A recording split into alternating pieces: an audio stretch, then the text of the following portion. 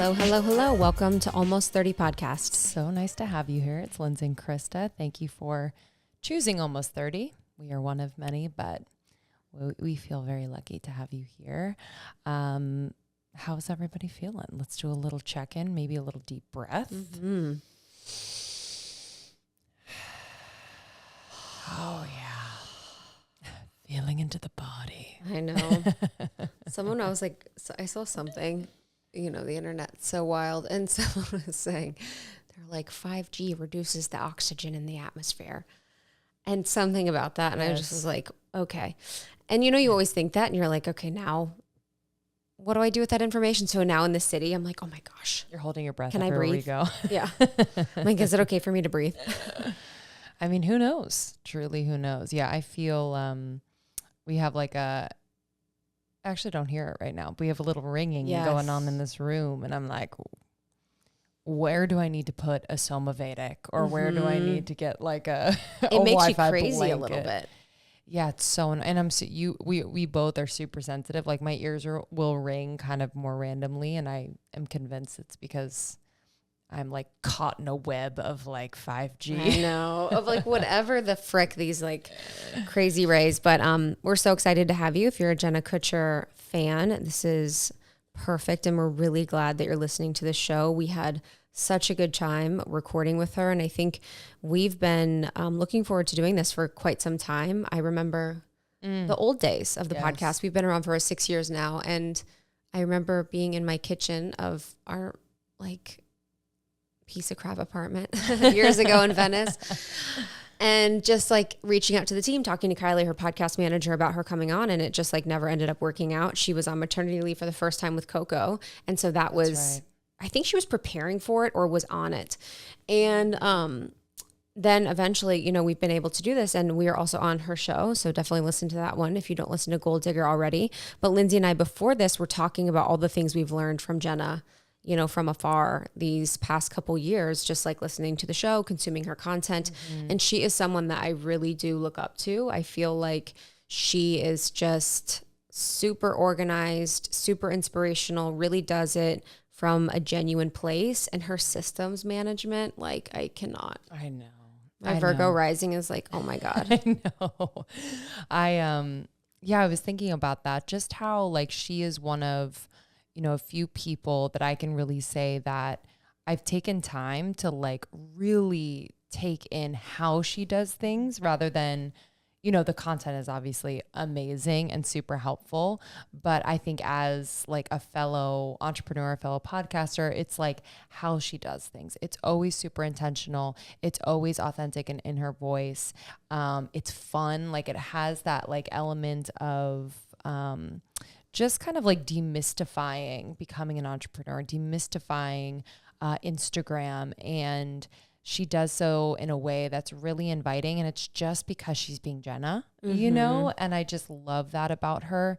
And the strategy, like I don't think what I love about when I receive her stuff via email, Instagram, what have you, the strategy is so like beautifully integrated that it's not like in your face, but it works. Yes. And it doesn't feel like weird. It's just it's so integrated. Yeah. You like don't know you don't know you're being sold to. It's not being sold to, but you don't know that there's offers, or you don't know that there's, because you're receiving value within it. And it's very like touching on the right things. Yes. And what I've noticed, and even talking to Kylie, her podcast manager, when we were at Podcast Movement in Nashville a few months ago, was just how tight and dialed their systems are. And I think one of the biggest things I've learned is that when you have super tight dialed systems, you actually have more time to live your life outside of work. So sometimes we look at having different systems in practice or having different ways in which that we organize the business as something that will take us away from our lives, because it takes time to set things up and you really have to spend time managing these systems. But I've found in noticing and watching her, and even in our conversation, that it gives her more freedom. Yes. For her to go on maternity leave again, she set up everything within a business. And we all know, if you're entrepreneurs, that sometimes it can feel like if you're not working, the business isn't working. And I know Lindsey and I definitely feel that way. So for her to be able to set up her business so that she was supported in taking like a really nice maternity leave as a, you know, small business owner, and then doing it again is just amazing. And you know, Kylie, her podcast manager, when we met her, they have like a really tight system of like specific days that they record, specific days, ways in which they like structure the flow for guests, or they structure the flow for the interviews. And I just was like blown away, because we're super tight with our systems, but you can always learn from people that are way ahead of you, like how they're doing things behind the scenes so that it can seem so free flowing and creative and natural from the outside. Yeah. And I think she gives a lot of autonomy to her team, Yeah, which is great. And, you know, we also try to emulate as well. But like her work-life balance seemingly, like to us, seems quite balanced. And I think it's because of those systems. And so I think she also, you know, communicates that with her team in the sense that I believe some of them are moms, some, you know what I mean? Like she really encourages time with family, focusing on self-care, which is really inspiring to us. I mean, we've always done that, but I think like seeing someone like her do that and still have an incredibly successful business, it's like, oh, okay. Yeah, I remember when Marie Forleo came on and she's like, said the 2 weeks. Yes. She's like, within my business, I give my team off. We shut down for 2 weeks. I think Sophia Maruso does that now as well. So 1 week in the holidays and 1 week in the summer. And we did that this year during my wedding week. We gave everyone the week off. And then this year and during the holidays, we're going to do 2 weeks off. So we're going to do 3 weeks. No, we're giving you guys a month off. I know, honestly. But it's hard when you're like a small business and some people are contractors. So it's like, you never really feel like you have time because you're not always on your own schedule. When you work at a corporate company, I always felt like, okay, I have this many days. Like I feel like I can use them. I should use them. But when you don't, when it's open-ended, it sometimes gets harder to take days off. Totally. And I think that's why they do the unlimited PTO, because they know it's like a weird thing if you're actually taking a lot. Yes, I completely agree. And they save a lot on paying people out, because if you quit, they have to pay you for unused time. So that's pretty much it. But I was thinking too, with Jenna, that's been super inspirational, is how vulnerably she shares, how vulnerably she shares with her audience and with her team, it sounds like, and even with us.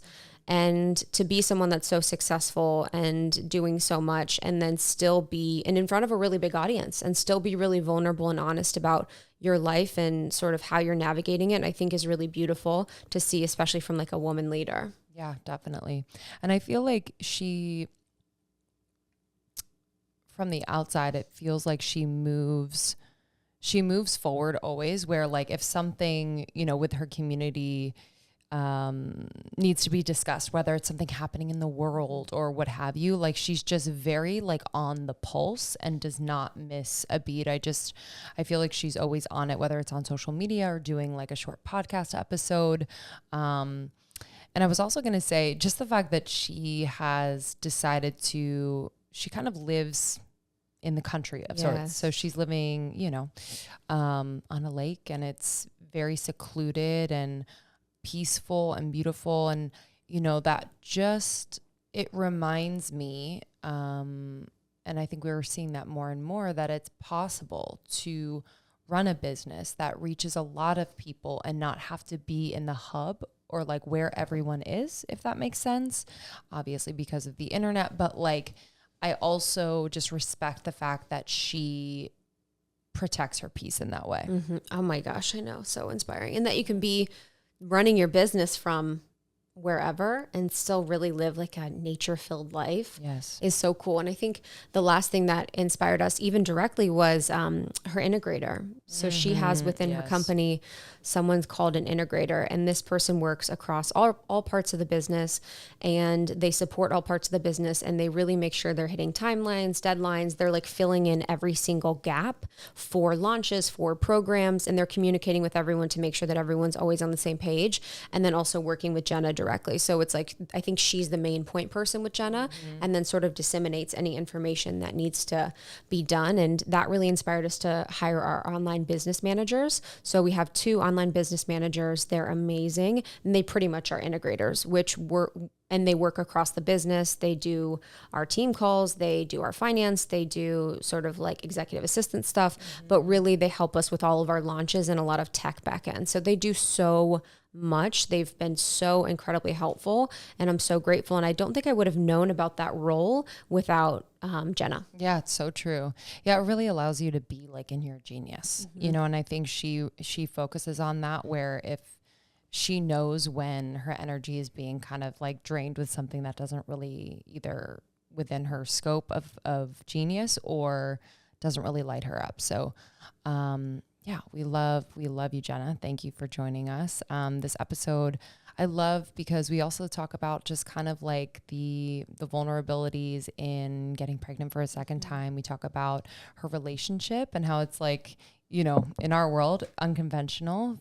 She is, you know, the breadwinner of the family, and they made a conscious choice in their partnership that her husband would be a stay-at-home dad. And I thought that was just so beautiful. And we, of course, talk business and entrepreneurship. And yeah, I can't wait to like hang in person.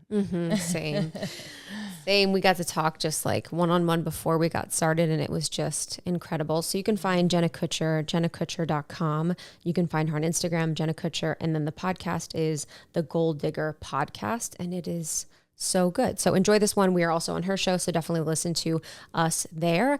And if you would be so kind to subscribe and write a review, it just takes a few seconds, and it means so much for Lindsey and I, just like a nice way to support the biz. You can go to almost30.com for all of our courses, our programs, information about our membership, information about Lindsey and I. And then we're on Instagram mostly. It's Almost 30 Podcast, and then YouTube, Almost 30. Yes. And I'm at Lindsey Simcik on IG. And I'm at It's Krista. Thank you guys for listening. We will see you on the other side. Enjoy this one. Enjoy. Yeah, we were just admiring the belly a few minutes Oh ago. gosh. And seeing, Isn't that so weird? it's so crazy. And I know this journey with pregnancy has been different, and you've had, you know, you experienced miscarriages before Coco. I'd love to just catch everyone up with how this pregnancy journey has been, having your second, how different it feels, how your relationship has changed, and even your relationship with your body and how you approach that.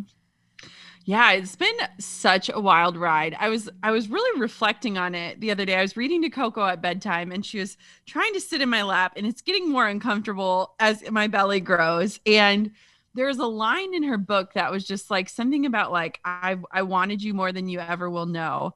And I always get emotional because I'm just like, gosh, if she only knew like how hard we fought for her. Golly, we're getting 1 minute into the show and it's already beginning.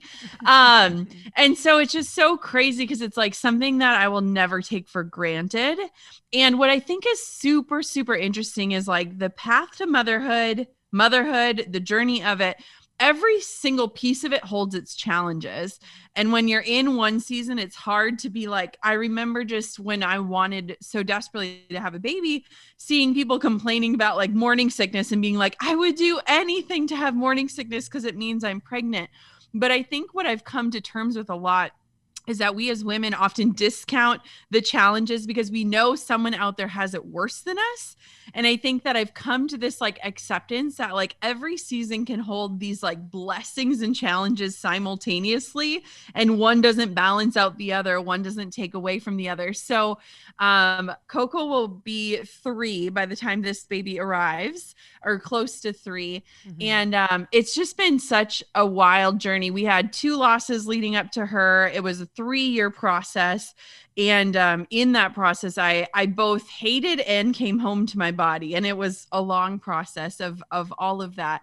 And this time around, I just trusted my body so much more. And I just believed because I knew what the outcome could be. But I also knew that even in those really heartbreaking seasons, now knowing what I know now, it was worth it. And so being a little bit more open to like whatever happened. So it is wild having a companion with you constantly. It's like, you know, little kicks and nudges and like mom time to eat kind of feelings, but it's wonderful too. Coming home to your body, you know, what did what did your journey leading up to that period look like as far as your relationship with your body, and then to go through miscarriages and just go through that challenging season with your body? How have you taken those steps to come back?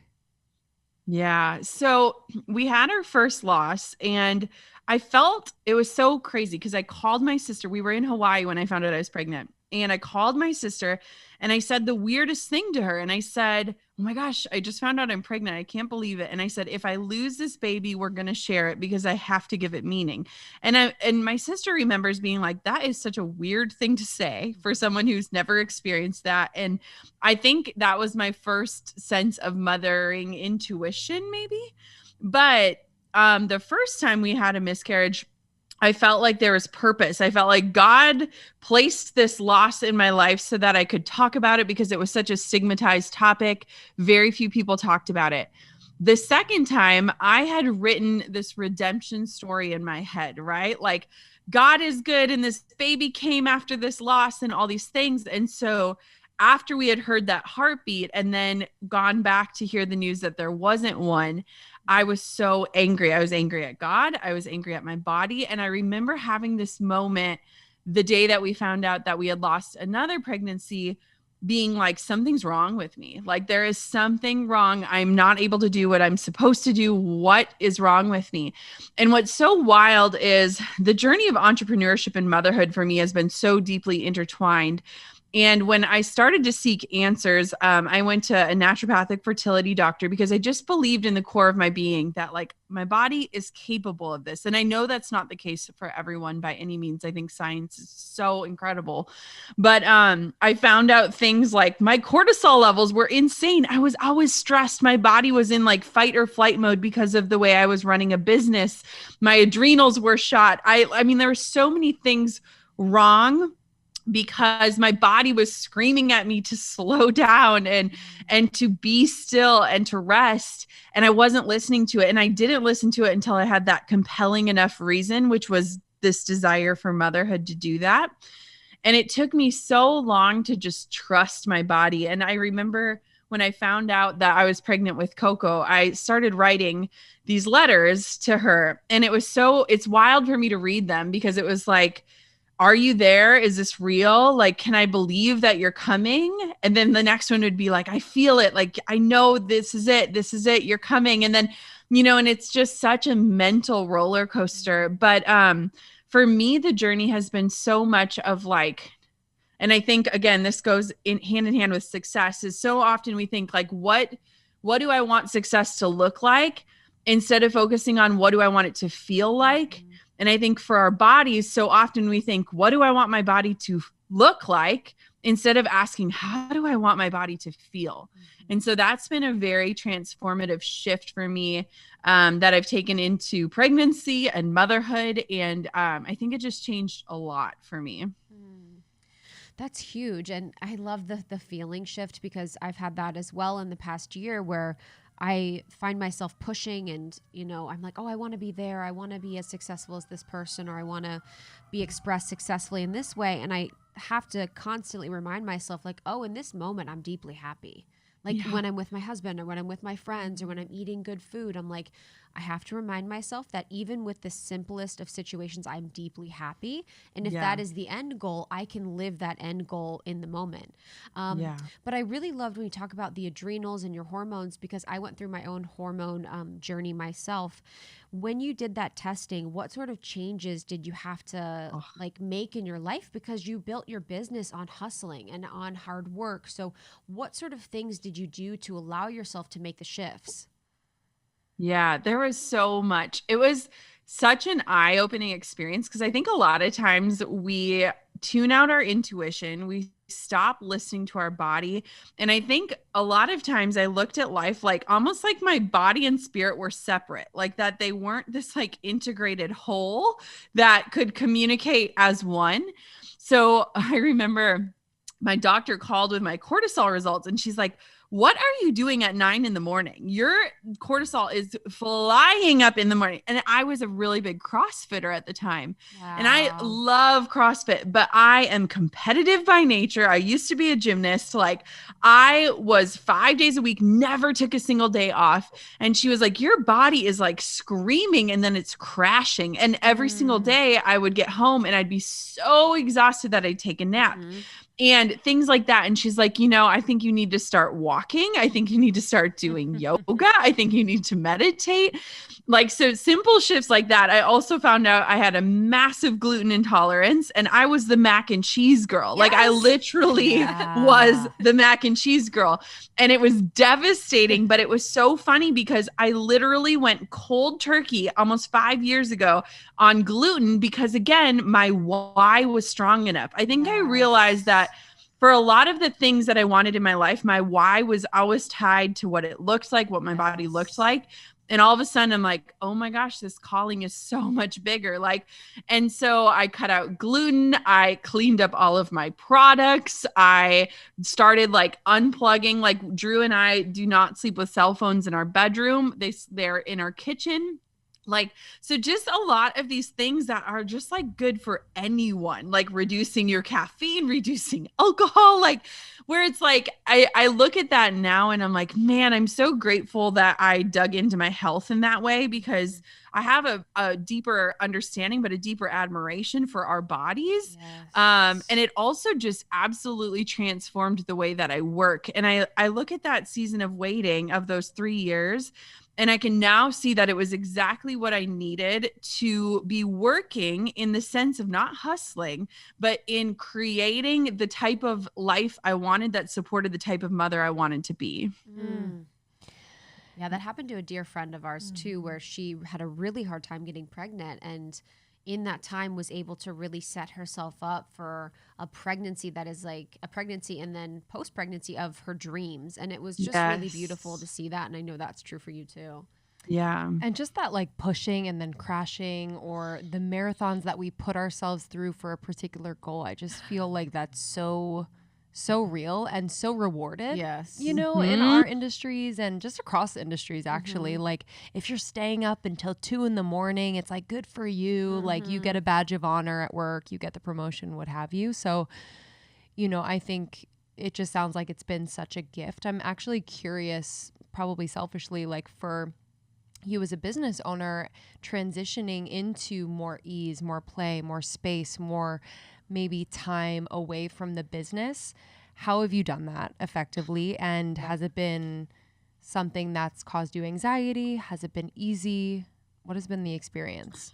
Yeah, it's crazy. I was just telling Drew last night that I now have the trust in myself to pump the brakes and trust that I know where the gas pedal lies.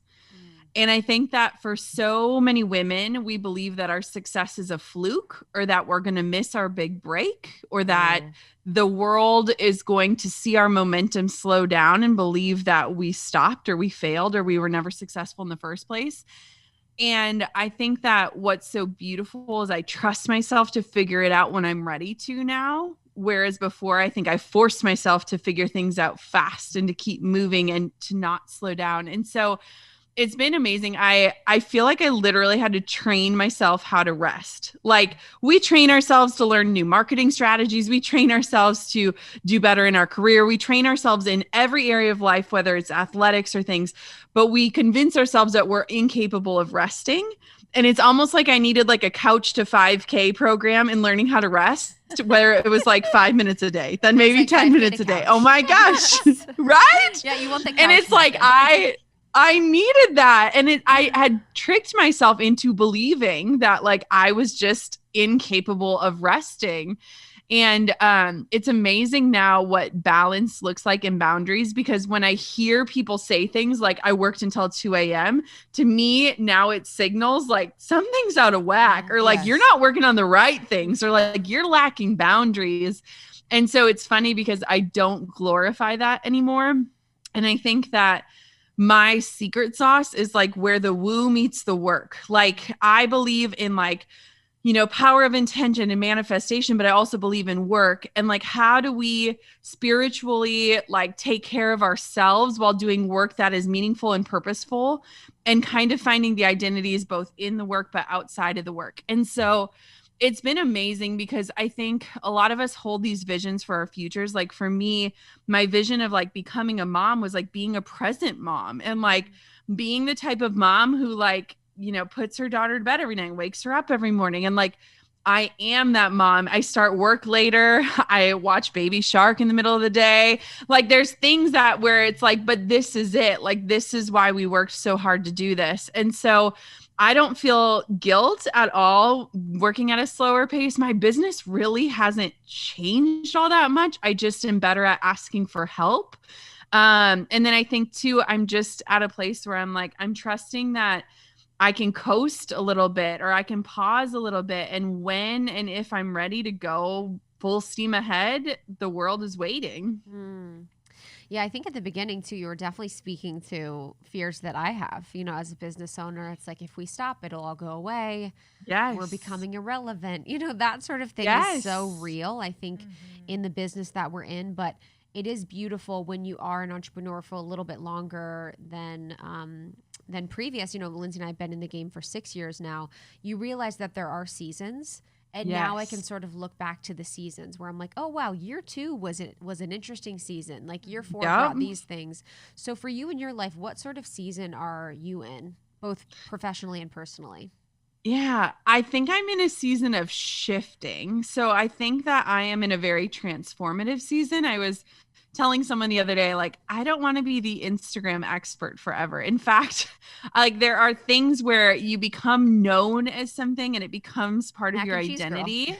Yes. And I'm like, I am ready to like give up that title to someone who devotes their time to the platform because I am no longer that person.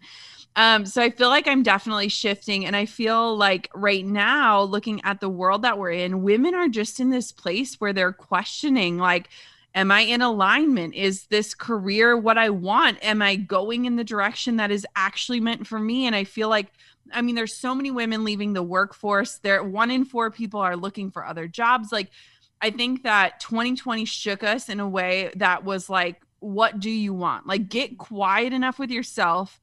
The world has paused. What is it that you're working towards? And so it's just so interesting because I think that I have found this balance of doing something I love, making a great impact, but also having a life and living it. Yes. And not for show, not for things like we went on a trip earlier this year for 2 months and people didn't even know we were gone. And I think that, having that protective boundary of like letting people in to connect, but also preserving your life has been something that I've learned and something that I'm evolving into, and like wanting to invite women into that space too, because I think our identities continue to shift. And I think that it's really easy to get lost in those identities and just stay there because it's safe and comfortable. Yeah, I think you're such a way shower for that. And I'm just really thankful because I do think that especially women, and we're all on social media for the most part, whether it's for business or personal. And there is like this anxiety, this low level anxiety that exists around like being relevant, whether it's to family and friends or to a bigger platform. And so to give that permission or to model that, I think is really, really impactful. At least it is for me. I'm curious, your relationship with your husband. We talked about this off air a little bit. I just loved when you spoke about how, spoke about that conversation that you had when he decided to be a stay-at-home dad full-time and you were going to, quote, like go to work and run your business. And I'm curious, like, what that experience was like, both for you, for him, and then also, did you have any like pushback, judgment? Was there any like friction there? Yeah. So my husband and I are celebrating 10 years this year of marriage, which is wild. We got married when we were 23. 3. Wow.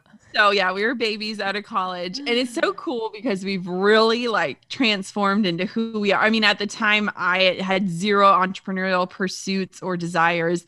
And it's so interesting because his career path was like, he just never could find his place. And like, he was in sales. So he sold wine, he sold billboards, he sold cell phones, he sold insurance. He could sell anything. I mean, he could sell ice to an Eskimo. He's great. He's so charismatic. And what's so interesting is when we were on this vacation in Hawaii, it was like our once in a lifetime that became many times in a lifetime after we experienced it. And I remember asking him, like, if you could do anything, what would you do? And he said, be a stay-at-home dad. And it was shocking to me because for the first 5 years of our marriage, we never had any desire for children. We didn't envision it. We loved our freedom. We loved just the two of us. We loved the simplicity. And so once that desire had been kind of put on both of our hearts separately, when we went through the miscarriages, it was so devastating, not just for me on a personal level, but also feeling like I was dropping the ball on his dream, right? Like, in order for him to be a stay-at-home dad, I need to be able to have a baby. And so it was really, I think I carried a lot of that burden of like holding him back from his dream, knowing that our lives and my business could support that vision. But it almost felt like we were stuck in this like in between while we were in that season of waiting where we knew what his desire was, but it was like, you can't not do anything while we're waiting. Like you still got to work and do something. And so when Coco came along and everything, it was so unique to figure out these roles and to figure out what it looks like. And for babies, really, they do need their mom a lot, especially if you're nursing. And so it was like interesting being like, well, what can you do to support right now? Because really she just needs my boobs. But then, you know, as she got more independent, I remember, she was 6 weeks old and I got a call to go to this mastermind. And I just had this feeling in my gut that I needed to go. And it was terrifying. I mean, I had zero plans to leave this new baby. And my mom and Drew were like, you need to go. Like, you need to do this. Like, they really encouraged me. And it was like 2 days that I was gone, but I like was so terrified by it. And it was so cool because I came home and he just had this confidence and he was telling me what their new schedule was and like just this like ownership of like, oh, and that was the first glimpse that I got of like, wow, this is like what it is. And it's been amazing because the more that he stepped into that role and owned it, the more that we respected each other's position. And I think my biggest thing in life is like, I get so much external validation and recognition because of my job, because of my career, because of the internet. How can I pass those same feelings on to him as he's behind the scenes, right? No one sees that work. No one sees the million stories he reads or the way that he makes a race car track for her trike, like those kind of things. And so, yeah, it's been really special. And I think too, her entire life, we've never had help outside of the home. So it has literally just been the three of us. And I love that because we just have so many memories together and like, it's awesome. So yeah, it's beautiful. And I think the funniest thing that happens is like whenever we meet people and we share like a little bit about our life or like that, we split our time between places or things. They always look to him and say, well, what do you do? Assuming that he's the breadwinner. And he's like, I stay at home and watch this little girl. And then he like points to me and does like a little wink. And it's like, we always have this inside joke of like, we got this. Yes. Oh, I love that. How do you make him feel special? And how do you know, is it in your communication or how do you show that you love him and adore him and sort of pass that along? Like, what are some actionable things that you do? Yeah. I mean, so we are weird. Like I sometimes like last night we go to bed together every single night at the same time. Like we're the type of people that you need double sinks because you're brushing your teeth side by side. So like every night we read like a devotional together. We say what we're thankful for. We just spend that time and we create those routines. So it's just a part of our lives. But every single day, I try to just acknowledge something. Like I see it. It doesn't even have to be like, thank you for bringing the garbage out. Thank you for swinging by the bank today. And I remember somebody saying once, like, the secret to a marriage is not like keeping score. Like, you guys are on the same team. Like, you're batting for the same team. When you're tapping each other in and out, it's because you're going towards that same goal. And so I always try to recognize those little things. And we like, sometimes I'll stand outside of her room if it's like a tough nap time and she doesn't want to go to bed, like holding a beer and just joking, like, here, you deserve this. Like, let's go. But yeah, I think it's just being open. And if I'm not recording something, I'm always available if they need me.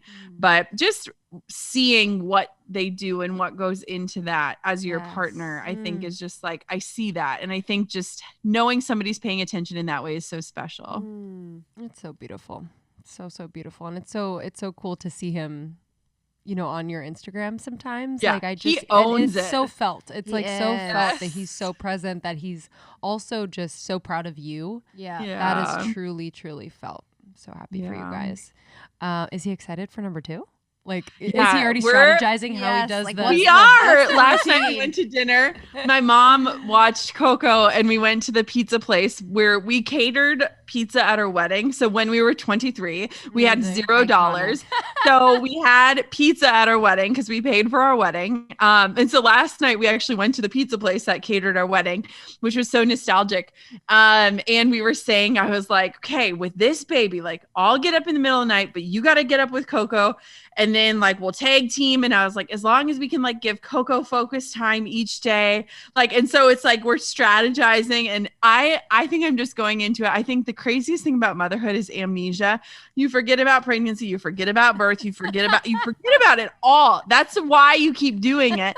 So I'm like, oh, this baby, they just sleep all the time. It'll be totally fine. So we'll see what happens. Oh my gosh.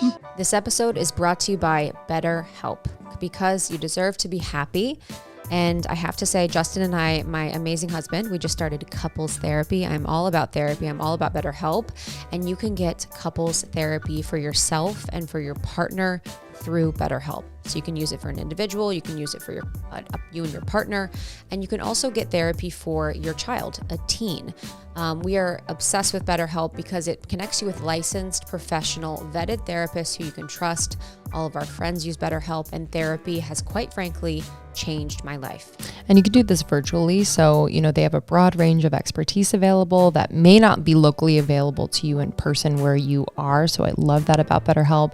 And it's also affordable, more affordable than traditional in-person therapy. And they also take insurance or financial aid is available. So yeah, if you've been thinking about therapy, if you're like, I don't know if this is for me. This is a great way to get into it. Truly the best way to get into it. So you can get 10% off your first month by going to betterhelp.com/almost30. That's betterhelp.com/almost30.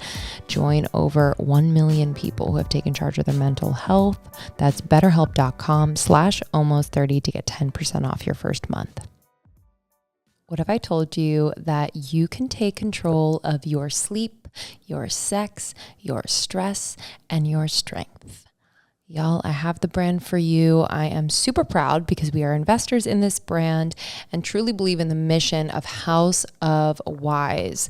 Amanda, the founder, was on the podcast, so make sure you listen to that episode. But I am loving their CBD products. This is the brand that when I used it, I was like, oh, CBD, I get it. Oh, wow, it works. And they are just so obsessed with the quality of their products, making sure that they are potent and pure and clean. And I have heard from many of you are obsessed with the sex gummies. So that's going to be my first recommendation for newbies to House of Wise. So these sex gummies not only are delicious, they're big and just yummy. They have incredible adaptogens in them. They have horny goatweed extract, maca root extract, ashwagandha, and of course, CBD. And all of these ingredients have very, very specific benefits. Horny goatweed, for example, Chinese herb, that is an active ingredient that has been known to increase blood flow to all the right areas, if you know what I mean. Maca root, high levels of iron and iodine to promote healthy cells and to keep your metabolism on track. Ashwagandha is a plant, it's like a small shrub, and it helps promote a sense of calm and support focus and concentration. You need that in the bedroom. But anyway, their products are just the best, and I recommend them to everyone I know. houseofwise.co is where you'll go to shop their products. They have tinctures, they have gummies, they have a sex serum, and their newest product is a strength gummy, which I take before a workout. No pre-workout jitters, but just the right amount of caffeine. It has beetroot juice, and it promotes energy and endurance. It has that CBD in it. I love it.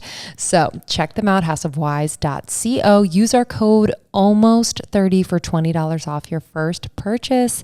Stock up, ladies. houseofwise.co. Use the code almost30 for $20 off. I get a lot of questions about supplements for your skin, and I wanted to shout out Hum Nutrition, who is an OG partner of Almost 30, a brand that we have vetted, used throughout the years, and just love so much. We know hundreds and hundreds of you out there have just fallen in love with Hum Nutrition and trust them like we do, and we're so dang happy. I wanted to recommend my personal picks for healthy skin from Hum Nutrition. First, I love their daily cleanse. So I take this every single day. It has a powerful formula of 14 detoxifiers, including chlorella and spirulina. And this is going to help you clear your skin from the inside out. So it really supports your body's natural detoxification. I love it. It's so good. Their Collagen Love. Okay, so collagen, you've heard us talk about it. This boosts the skin structure with the collagen, vitamin C, and a powerful antioxidant blend. So I'm just feeling like plump and glowy, and I just love the results. So if you're looking for a collagen supplement like that, that is my pick. And finally, the third, Mighty Night. So this is for before bed. This is a nighttime skin cell renewal. So this is promoting healthy skin cell turnover. It has ceramides, so it helps the skin retain moisture and improve texture. It has ferulic acid and CoQ10. So y'all, they are just so thoughtful in the way that they formulate these supplements. They are triple tested. I will recommend them until the end of time. So use our code almost30 for 20% off first orders of $29 or more. Again, humnutrition.com, HUM nutrition.com. Use the code almost30 for $20 off your first order of $29 or more. Tell me, are a lot of you out there still going out and getting like $15 fresh pressed juices? It's okay. I was one of them. I totally get it, but I am super, super happy with my NutriBullet juicer. Okay, so this is designed, which I feel like all of their products are designed for this, and I have many of them. They are designed for efficiency and convenience. So you can do things like juicing at home. It's incredibly easy, no hassle, dishwasher safe, easy to clean. Like that's what I am all about, because I kind of get tripped up with that part of the process. And I just am obsessed with the juicer because the juice and the pulp is separated and it's just super clean, fresh, beautiful. It's alive and I love it so much. The second product from NutriBullet I wanted to shout out because it's new and I love it. I have it on my counter. It is the NutriBullet Brew Choice. So this is either pod or carafe, okay? You can use a pod if you're used to using pods. I prefer the carafe of coffee, so I make about 6 cups and I'll save most of it in the fridge and I'll just do iced coffee the next day. But it is super, super quick, effective, easy to use, highly recommend. So for our listeners, if you want to buy a NutriBullet product for someone you love or for yourself, they have food processors, juicers, coffee makers, they have baby food makers, and so much more. You can go to NutriBullet.com, use the code almost30nation, almost30nation, almost30nation for 20% off site-wide. 20% off. So major. NutriBullet.com. Use the code almost30nation for 20% off site-wide. Sakara, Sakara, Sakara. Okay, y'all have heard our praises sung over the years. We love Sakara. If you are looking to change your diet instead of restricting what you eat, if you are looking to clean up what you are eating, feel better, feel more energetic, if you want to glow, y'all, I cannot recommend Sakara enough. They're ready to eat organic meals, are made with powerful plant-based ingredients, and they are designed to boost your energy, improve your digestion, and get your skin glowing. I love Sakara because I am literally never bored. They have chef-crafted breakfasts, lunches, and dinners. They change weekly, and literally I feel like I have a private chef. They deliver everywhere in the US. Amazing. They also have, in addition to their meals, daily wellness essentials. I'm obsessed with the Metabolism Super Powder. Super yummy. I'll put it in my smoothie. It's an all-natural remedy for bloating and fatigue and such, and it's really, really effective. I'm excited. I'm getting Sakara in a couple weeks to just kind of, reset me for fall. So if you'd like to try Sakara, if you are wanting to dabble in a plant-based lifestyle, y'all, this is the way. Right now, Sakara is offering our listeners 20% off their first order when they go to sakara.com/almostsakara, or you can enter the code almostsakara at checkout. So again, that's sakara.com/almostsakara to get 20% off your order, or at checkout, you can type almostsakara to get 20% off your first order. I love thinking about your wedding when you guys were so young. You were totally different people. And I feel like you've done a great job of evolving into these multiple roles. Photographer, you were in the corporate world, now you're a business owner, CEO. And it feels like from the outside that you're never with your heels dug in, resisting the evolution of who you are. So what's that been like? And how do you support your own evolution without being scared? Yeah. I think it's there's this fluidity of I am me, and the world can give me titles or I can give myself titles, but I want to keep growing and evolving. I think that's the point of living. And there definitely have been times where it's been hard, leaving the corporate world where you have a super long title that sounds impressive to the world, and shifting into the entrepreneurial space where you feel like you have to prove that it's not just a hobby was super hard for me. I just remember being I'm a wedding photographer. I do 25 weddings a year. And what am I hanging my hat on at different parts of the journey? And I think sometimes it's why do I need to convince someone of my worth? It reminds me of when I was pregnant with Coco, people would always say, is that your first? And I always felt this guilt around saying yes, because I had had 2 other pregnancies. But I started to learn, do they really need to know that? Are they invested in this process? And I think that it kind of taught me of my story is my own, my worth is my own, my title is my own. And so if I can see an integrity with that, then I think that's what the process is. But one of the things that I've learned as a leader, quote unquote, is that leading is while you're in progress. I think a lot of times leaders wait to show up until they're an expert or they have all the answers. But I think taking people on the evolution is part of the invitation. And so, I think that this next year, I'm going to absolutely transform even more. And I think that my brand will transform, the business will transform, but I'll transform as a human. And I'm excited about it because I just think imagine when you were a kid and you had a play box with all the different costumes you could wear, and within 20 minutes you could have 10 different outfits on. It's kind of life is this adventure, and let's play dress up and let's try things until they work, and let's ditch them when they stop fitting, and let's stop holding on to jeans that fit us 10 years ago and be comfortable where we're at. And so I think identity is something I've been exploring a lot lately, of just like, where is it found? Who gives it to me? What is it communicating, and why do I care? You know, and I don't know if I have any of those answers. Yes. Yeah, that really hits. Our coach Aaron Rose the other week said something that really stuck with me that relates to this. And he said, you don't owe anyone continuity. Just kind of in the story of your life, like, I think we can be so obsessed with it making sense because we're thinking about the questions that we're going to be getting from people, or the eyes, or the judgments, or the projections. And it's so liberating when, you treat it like the adventure that it is. Yes. You know? Yes. I'm curious, you know, I see you as such an iconic creator. And I know that in our business, we find it challenging sometimes to find that just bubble where we can create and be ourselves and kind of go really far in the creation without thinking about who's going to see it. Is this too much? Is this too weird? But I do think that the responsibilities of running a business and managing people can be I don't know, just kind of like thwarting that creative flow. So I'm curious, like, how you pull up and out and create that creative time for yourself and what that looks like. I think it's so hard.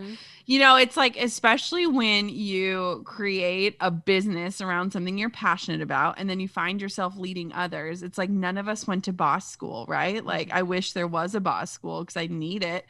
But it's funny because I think a lot of times for me, I think the biggest shift was recognizing that I was trying to be both the visionary and the integrator in my business, and that I couldn't do both.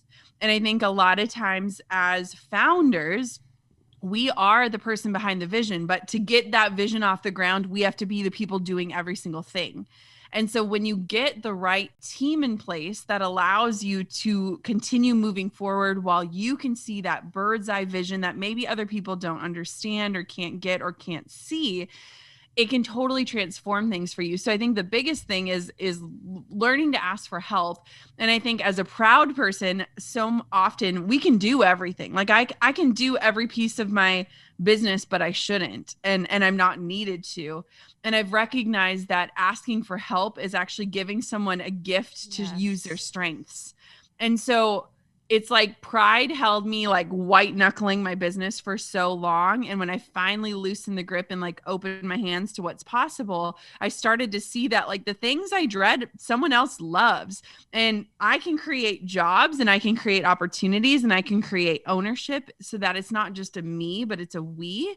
But for creativity, like I even told Drew the other day, like I miss my little mini work travel trips that I did a lot before COVID. And I was like, I have not been alone literally in like a year and a half. And I told him, I was like, I like need to book a hotel room for like 2 nights, even in this city, just to like have that quiet time and that alone time to ideate and create and ask myself those questions and stuff. And so it is interesting because I think as creative beings, like when we have an idea, we get obsessed, right? Like we want to push it. And as digital creators, it's even easier to get caught up in that because we can get that immediate feedback. We can, just push something out into the world super fast. But I'm kind of learning to like go slower and like just pause and like check myself. Like if I need immediate feedback on something, it's probably not a creation that I'm meant to be doing right now. Like I need to create things just for the sake of creating and playing. And so trying to take a note from my daughter who we were playing with like kinetic sand this morning. It's like magnetic sand. It's the best. Lindsay had some. And She's like, touch this. I'm like, what? Yes! I love it. It's the best stress reliever. Honestly. So I was like, things like, let's just play for the sake of playing. And I think that having a toddler really teaches you that, which is beautiful. Oh my gosh. Yeah. Actually your integrator, I know you have an integrator on your team, and that was something that really inspired Lindsay and I, because we were totally in that mentality of being the visionaries and then having to bring all of the ideas down and tell all the team. And we just hired online business managers, 2 of them who are amazing. And it's really thanks to that inspiration from you. And oh my gosh. Life-changing. Unreal. Literally. Life-changing. Literally. Literally. And the biggest thing you said too is I had to remember, like with each person that we hire on our team, like I would have loved to have the opportunity to work for a mission-led, heart-centered business. Like, oh my gosh. And so when we hire people or have people support us, it's not only beneficial to us, but it is to them too, in their future. And, you know, they can see a better way. But you mentioned 2020 and, you know, last year was just such an interesting time. What are some of the things that you've really learned from that year in personal life and in business? Yeah. I mean, there's so much from 2020 that I want to just keep with me, and I'm like not ready to lose.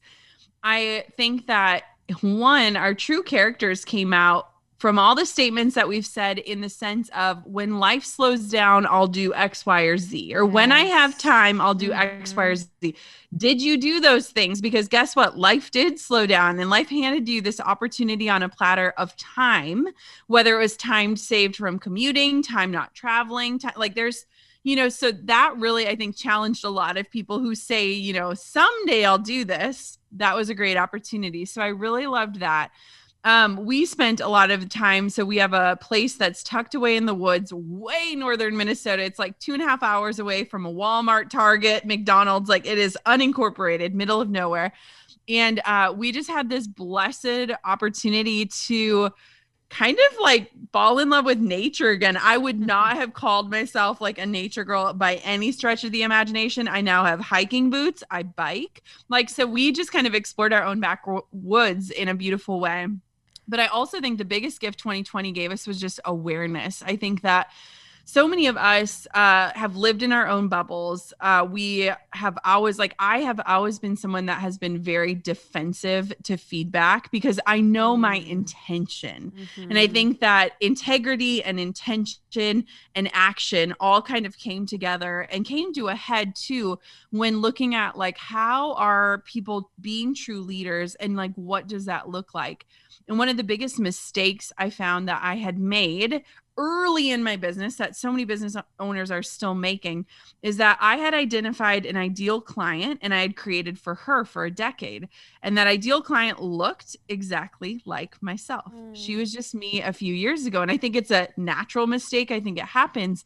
But when you are creating for that one person, you are leaving out so many opportunities for different voices, different perspectives, different histories. And so it was very eye-opening for me as someone who, you know, believed and thought she was inclusive to really look at like, how do we walk the walk and what does that look like? And so it was an awakening like for myself. It was an awakening for our community. It was a lot. And I think that there's so much from being under a microscope in a way that a leader is, that makes you really look at yourself and you know, ask those hard questions. So there's so much from 2020 that I think was blessings wrapped in a pandemic that was absolutely challenging and heartbreaking for so many. But there are things that I definitely want to take out of it. And I loved having a clear calendar with no social. No events. No events. I know there is a little bit of anxiety around events right now where I'm like, I know. I had a friend who did an event the other night and was like, will you come to my event? And I was like, I don't want to break the seal. I'm so sorry. I love you so much. I'm going to give you all of the love, but I don't want to break the seal. I really can't go to an event right now. It's just, and I think what you said really struck about the ideal client, because that's something that we've changed in the past year or so with our podcast clients, is talking about our ideal client. I remember years ago, I was listening to a podcast and they're like, describe what they look like in detail. Yes. And now it's less about describing what they look like, but what they are interested in, what they feel like. They're curious, they're passionate, they're, you know, all of these descriptors outside of how they look, which is the old model, and leveraging and transitioning into the new model of like, what are they interested in and what are they like as a person? Yes. Yeah. I think it's like we should be creating with an ideal community in mind, because community is what makes us grow. And I don't want the same chorus of voices at the table anyways. And so I think it's beautiful. And I think for so many people, it was just like, how do we do better? And like, how do we just continue evolving and learning? And so it's sad that it took so much for us to get there. But I think you know, once you see it, if you don't take action, then that speaks more on your leadership than anything else, you know? Yeah. And just last thought on that too. I'm kind of thinking about, you know, the evolution of the internet. It's like when we were growing up, we didn't have the internet. So we were essentially creating for the people that were immediately around us. So it actually makes sense that through evolution, now we have to think globally. And from a communal perspective, that's a lot larger than ourselves. And so it's like, it's horrible the way that people had to be thoughtful about inclusivity in a way that they weren't. But in a way, for me, it makes sense that people would have thought most of their life to create for the people that were immediately around them and from a historical perspective, and then have to transition to being more thoughtful and inclusive from like a global perspective. It's sort of the nature of how the internet's evolved and how we engage with the internet. So, yeah. And I see you as someone who really can spot trends and really like usher people into new digital trends, ages, and I just find that so fascinating and a true gift. What are you feeling right now, 2021 into 2022, whether it's on Instagram or other platforms, and how we can really leverage it for good? I think that people are like craving more real life. And I think what was so cool about last year was that it kind of evened the playing field. Like no one was out and about. No one was on trips. No one was at the fancy dinners. It was like we were all at home. Celebrities are at home. It's like those old newspapers where it's like celebrities, they're just like us. They pump their own gas. And like, it was like, no, we're all the same right now. Like we're facing, I think what was so unique about it is like for the first time in our lifetimes, and hopefully the only time, the world is collectively sharing an experience, right? And so I feel like when we look at like digital trends and stuff, it's like more honesty, less filters, like more here and now. Like one thing that I want to do more of, it's like on my list, that's been on my list forever, is just showing more like iPhone photos and things like that. Like it's so, as a photographer, it's been so ingrained in me, Jenna, of like beautiful. I know. Like in the moment on iPhone, I'm going to put that on my to-do list. Yes. Bring it back to the to-do list. I know. Well, and I'm like, I'm just so used to like produced, like beautiful graphics because I was a photographer. So it's like quality. I like have ingrained that. And I'm like, you know, people just love to see like the real.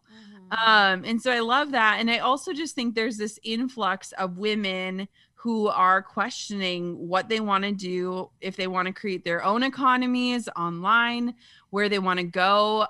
If, you know, being like focusing on motherhood is their calling right now. Do they have the permission to do that? Do they have the ability to do that? So I just feel like we're in this awakening that I think is super exciting. And I think it will redefine a lot of like how we look at womanhood, entrepreneurship, business, career. I just think there are a lot of conversations that are happening that are exciting, where people are really exploring all of those things. Yeah, the level playing field. I didn't realize that till things started opening up. I was like, oh my gosh, I'm now going to be worried about if I'm invited to this event or speaking at this thing or this conference is going on. And I was like, oh, I felt that moment of, oh my gosh, these opportunities to compare myself will be presented again. And I will be comparing myself potentially to other business owners who are speaking at this, doing this retreat, you know, doing all these things. And I was like, wow, I forgot how refreshing that was to have that moment where you did feel like, okay, we're all doing this thing. We all have this time. We all have this space. And it's... Do you want to know my hack for that though? Tell me more. Yes. I have the best hack for that. Whenever you start, so I caught myself in this and I think about it all the time. So when I was a wedding photographer, I remember seeing this person posting these wedding photos that happened in Paris. And I was like, oh my gosh, I would die to shoot a wedding in Paris. Oh, my Lanta's so amazing. She's so lucky. And then I was like, wait, let me think about this. So she had to fly for 12 hours. Yep. She had to switch time zones. She had to haul her gear through an airport. She had to navigate the public transit system. She had to get up in a time zone that's totally different than hers. She had to protect her gear on the way back, go through security. Like reverse engineering what it takes for someone to get that end result that you envy a lot of times makes me negate those feelings, because I'm like, I am not willing to do any of those things. So therefore, why do I even want this Paris thing? Or like when I just really think about like what that person did, because now we know when we see this end product, how much work goes into it. It allows me to reverse engineer anything that makes me feel a certain way and be like, am I willing to do that? If I am, go freaking do it and be just like her. But 99.9% of the time, I'm like, no, I don't want to do any of those things. That end result is no longer shiny to me. That's why I feel like sometimes like seeing, like when we look online at, because there's a lot of body conversation that happens online. You look at bodies and I think I'm like, wow, every day she's making an effort towards that body. Like every meal is an effort towards that body. And every macro. Am I willing to do that? Yeah, no, exactly. I'm like, wow, absolutely not. I cannot do that one day. And so it is that I've had that conversation. I'm like, I know how much effort that takes. And that is not something I want to commit to doing. Yeah. It's also like maybe potentially produces more respect for that person rather than just like, ugh, that's fact. I wish I was just like, whoa, damn. Okay. I'm like, every day you're choosing and you're living that choice. You're eating chicken and eggs. Congratulations. Good for you. Amazing. Yes. Oh man, this has been so fun. I'm so grateful. Yeah. As always, I feel like this is like the perfect timing that we're connecting, and I feel so blessed that it's just during a time in your life that is really exciting, and we get to see you. You know, we've been looking to you for years just as inspiration, both in business and, you know, how you create this life for yourself that you really truly enjoy. What are you looking forward to most as you continue kind of this nesting period before baby number 2? So one thing I didn't expect with Coco is, so I worked so that I could have a maternity leave. So it always gets a little crazy pre-baby because it's like we're batching content for like 3 months in advance. Yes. But there's something so beautiful about not having to work. And what it was so funny is when I had Coco, I was so bored, you guys. I did not expect that. So I was like, there's nothing for me to do. She sleeps 20 hours a day. I love this, but like, I also need to like use my brain in a way that's not calculating which boob I fed on last time. So this time around, I'm so excited to work ahead and not have to work. But if I want to work, create opportunities for me to just flex that muscle and to strengthen it while nurturing this baby and being a mom. And I think I'm such a like all or nothing person, and I'm learning that there can be this shade of gray that's beautiful. And so how I can create that in a way that honors both the mother in me and also the CEO and the founder in me, I'm really excited about that. So I'm doing all of the must-haves ahead of time, but I'm leaving space for like whatever comes in that new season, and there's zero pressure on it. But I'm not going to say like, I cannot work. I have to not work. And if I want to, I can, which is exciting. Yeah, I feel like being a mom forces you to be like, okay, there has to be a gray area. Yeah.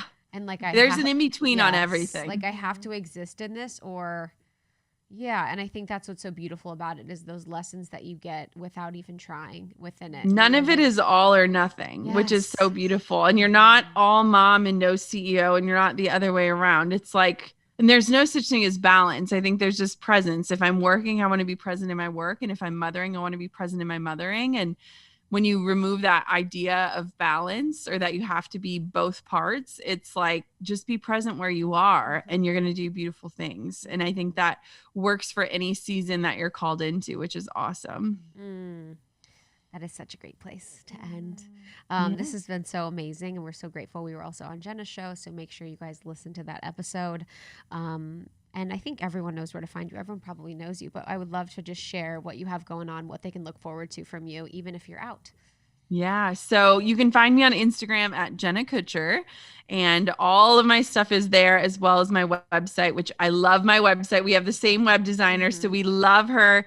So if you go to jennakutcher.com, you can be connected with everything. And then of course, I love the Gold Digger podcast. We drop 2 episodes per week.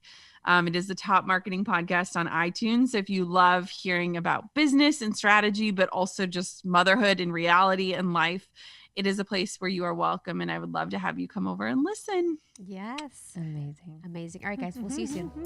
Bye.